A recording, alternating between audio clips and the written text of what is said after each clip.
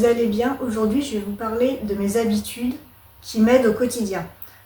Je vais vous parler d'habitudes réalistes qu'on a presque tous. Ce ne sont pas des habitudes de personnes parfaites, mais ce sont mes habitudes à moi. La première habitude, je laisse volontairement des objets à portée de main. Alors bien sûr pas tout, parce que j'ai des chats et tout ce qui est fragile peut potentiellement casser si je les laisse traîner. Mais ma bouteille d'eau, je la laisse toujours traîner pour penser à boire et l'avoir à portée de main rapidement quand j'ai soif. Ça peut paraître bizarre, mais ma balayette, je la laisse toujours sortie dans le salon à portée de main parce que mes chats ils font souvent des bêtises et ils aiment bien enlever la terre de mes pots de fleurs. Donc il faut très souvent que je ramasse la terre et que je la remette dans les pots. Quand je fais une tâche ennuyante ou qui est un peu longue et que j'ai pas spécialement envie de faire, je mets une série en même temps que je fais ma tâche. Par exemple, quand je cuisine, je mets une série, ou alors quand je plie le linge, je mets plutôt une vidéo YouTube parce que c'est plus court.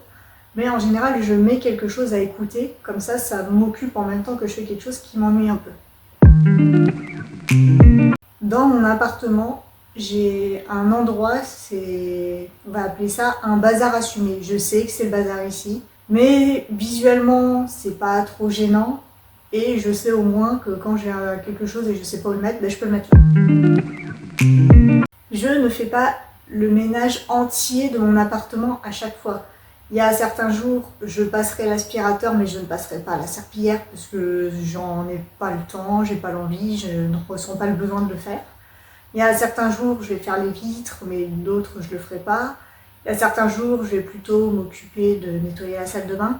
Je fais rarement tout le ménage en même temps parce que ça prend trop longtemps, c'est trop ennuyeux, donc je répartis les tâches sur les jours de la semaine, voire même sur plusieurs mois. Je ne fais pas de to-do list parfaite, je n'ai pas un beau journal où je fais mes petites cases, ce que je suis censée faire, je coche avec de jolies couleurs, je surligne, je n'ai pas tout ça, j'ai pas le temps. J'ai une application sur mon téléphone où j'ai toutes les tâches ménagères à faire et j'ai une liste plus de ce que j'ai envie de faire dans la journée et que je dois faire. Et j'ai également Google Agenda pour tout ce qui est rendez-vous. Je cuisine toujours plus que ce qu'il faut. Il y a certaines personnes, à chaque repas, elles font un nouveau plat. Moi, ce que je fais, c'est que je me choisis 2 ou 3 recettes par semaine. Je cuisine tout le dimanche et je mange ça pendant ma semaine. Donc pendant ma semaine, je mange 2 ou 3 plats différents. Donc je cuisine en grosse quantité. En général, je fais un plat pour 6 ou pour 8 personnes en fonction de ce que c'est. Comme ça, je sais que j'en aurai pour assez longtemps.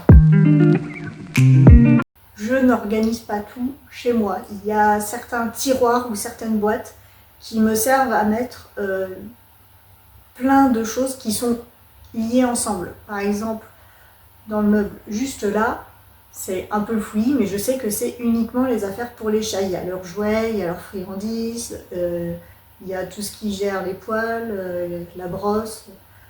C'est pas bien organisé, mais c'est pour les chats. J'ai également un tiroir dans le buffet à l'entrée où je vais avoir tout ce qui peut être utile au quotidien. J'ai du scotch, j'ai une règle, j'ai un crayon, j'ai un briquet. Donc ce n'est pas organisé, mais je sais où ça se trouve. Et visuellement, quand c'est dans un tiroir, ça se voit pas forcément. Je fais avec ce que j'ai. Je ne vais pas forcément acheter quelque chose que je n'ai pas. Des fois, je regarde ce que j'ai chez moi pour faire avec. Par exemple, j'ai une très vieille boîte dans laquelle il y avait des pop-corn. Maintenant, je m'en sers comme rangement. Je mets tous mes moules à pâtisserie dedans. Et la dernière habitude qui m'aide, c'est que je me laisse tranquille de temps en temps. Il y a certains jours, j'ai vraiment pas envie, je ne me force pas, je ne fais rien. Je me laisse tranquille. Alors bien sûr, pas tous les jours, parce que sinon on n'avancerait pas et on ne ferait jamais rien de nos journées. Mais un jour par mois ou un jour tous les 2 mois, je m'autorise à ne rien faire. Si je fais pas forcément de to-do, ou si j'en ai fait une, je fais pas ce qu'il y a dessus. Des fois, je repousse le jour où je dois cuisiner. En général, je le fais le dimanche, mais il suffit que je sois en congé le lundi ou que je sais que j'aurai le temps de cuisiner le lundi. Des fois, je le ferai le lundi et pas le dimanche. je me laisse tranquille. J'espère que toutes ces habitudes vous auront permis de relativiser sur les vôtres, que potentiellement vous pourrez en utiliser certaines si elles vous plaisent. Et surtout, ce n'est pas grave si vous n'avez pas des habitudes parfaites. Le principal, c'est qu'elles soient adaptées à vous. Je vous dis à dans 2 semaines, portez-vous bien.